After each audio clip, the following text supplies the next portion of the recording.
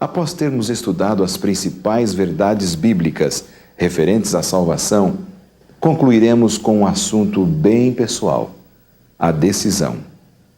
A decisão que nos referimos é uma questão individual, uma escolha que cada um tem que fazer por si mesmo. Na vida de nossa existência, todos chegamos à encruzilhada com um sinaleiro indicando os dois únicos caminhos a seguir: vida ou morte. Escolher um deles é a mais séria decisão da vida. Há duas forças espirituais que influenciam a nossa decisão, uma de cima, outra de baixo. Nenhuma delas, porém, nos força a escolha. A última palavra é nossa. As Escrituras dão-nos um exemplo de sábia decisão, a do filho pródigo, o moço que abandonou o lar paterno e se entregou às práticas do pecado. Ao ver-se perdido, ao sentir sua miséria, aquele moço tomou a decisão de voltar para o pai. Outro exemplo é o de Pilatos, que tinha nas mãos o poder de livrar ou condenar Cristo. Pilatos teve de fazer a sua própria decisão. Pilatos tomou a decisão errada. Para não perder sua posição política, entregou Jesus à morte. O seu gesto de lavar as mãos, como se não tivesse culpa, de nenhum modo o inocentou.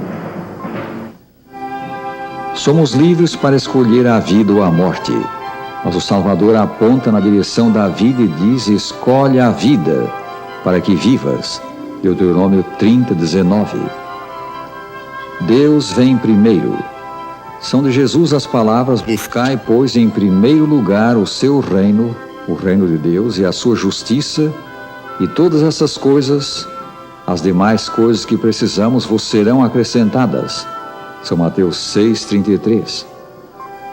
O Sagrado Livro torna claro que o tempo da graça acabará. Por isso devemos atentar para o apelo divino: eis agora o tempo sobremodo oportuno, eis agora o dia da salvação. 2 Coríntios 6, versículo 2. Temos de decidir um dia, e Deus diz que esse dia deve ser hoje. Não sabemos se vamos ter outra oportunidade. Convidamos, pois, a cada um dos presentes a fazer agora a sua decisão por Cristo.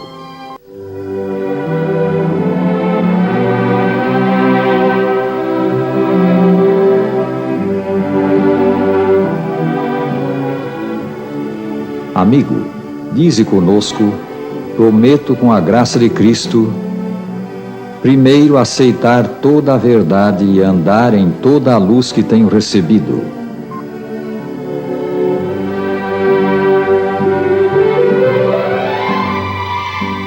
Segundo, manter uma sólida união com Cristo.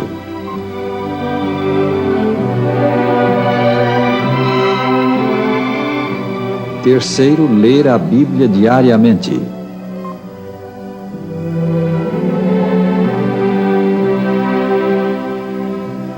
Quarto, preparar-me para a segunda vinda de Jesus.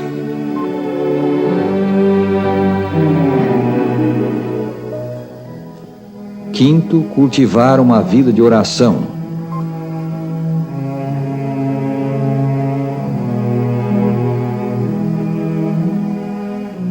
Sexto, se pecar, confiarei em Jesus como meu advogado e confessar-lhe-ei os meus pecados.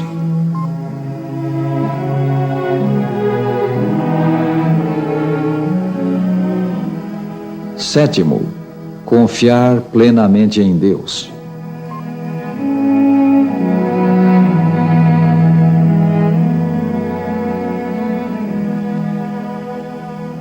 Não temerei, porquanto, como diz São Paulo, tudo posso naquele que me fortalece, Cristo.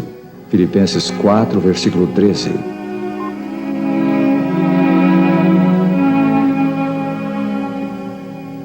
Ó, que amigo em Cristo temos, mais chegado que um irmão.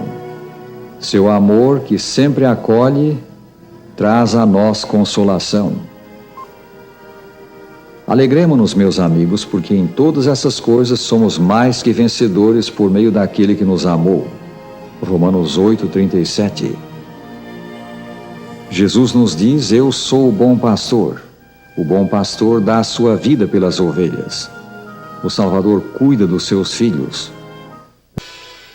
No jardim do Getsêmani, vemos Jesus prostrado em oração, sofrendo por nós. Ele ora: meu Pai, se esse cálice não pode passar sem que eu beba, faça-se a tua vontade. E durante a oração, a sua agonia chega a tal ponto que o seu suor se transforma em gotas de sangue.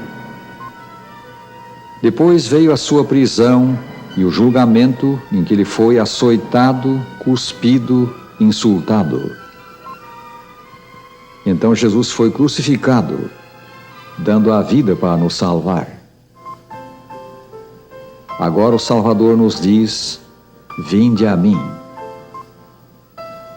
Venha a Ele hoje, amigo. Amanhã poderá ser tarde. A sua palavra a nós é, Apocalipse 3, versículo 20, eis que estou à porta e bato. Se alguém ouvir a minha voz e abrir a porta, entrarei em sua casa e cearei com ele, e ele comigo. O Salvador Jesus Cristo bate à porta do teu coração agora mesmo, por esta mensagem e pelo seu Espírito. Sim, amigo, através desses estudos, ele te indicou o caminho do céu. Agora convido-te para andar nele. Ouve o convite de Cristo. Milhões o têm feito para a sua ventura aqui e assegurando a entrada no reino de glória que Deus nos promete. Decide, pois, servi-lo, agora mesmo. Servir a Jesus que